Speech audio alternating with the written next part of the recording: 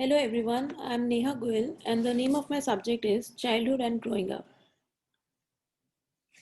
The topic for today is emotional development. Emotional development. The word emotion is derived from the Latin word emovere, which means to stir up or to excite it. Emotions can thus be understood as an agitated or excited state of our mind and body. Emotion is a moved up or stirred up state of an organism. It is a stirred up state of feeling. That is the way it appears to the individual himself. It is a disturbed muscular and glandular activity. That is the way it appears to an external observer. By Woodworth. According to Crow and Crow, emotion is an affective experience that accompanies generalized linear adjustment and mental and physiological stirred up states in the individual, and that shows itself in his overt behavior. Now, some of the characteristics of emotions. Emotional experiences are associated with some instincts or biological drives. Emotions are the product of perception. The core of an emotion is feeling. Emotions are prevalent in every living organism.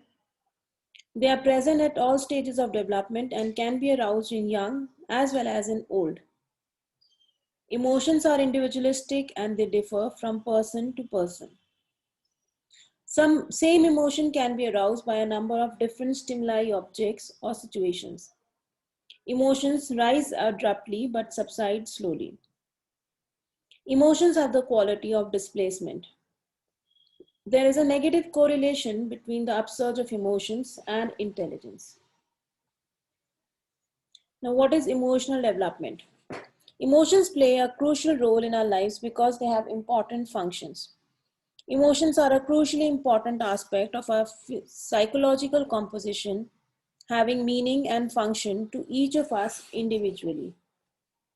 Emotions are composed of a subjective component, that is, how we experience the emotion, a physiological component, how our bodies react to the emotion, and an expressive component, how we behave in response to the emotion. Now, functions of emotions. Emotions can motivate us to take action. Emotions help us survive, thrive, and avoid danger. Emotions serve an adaptive role in our lives by motivating us to act quickly and take actions that will maximize our chances for survival and success. Emotions can help us make decisions. Emotions allow other people to understand us. Emotions allow us to understand others.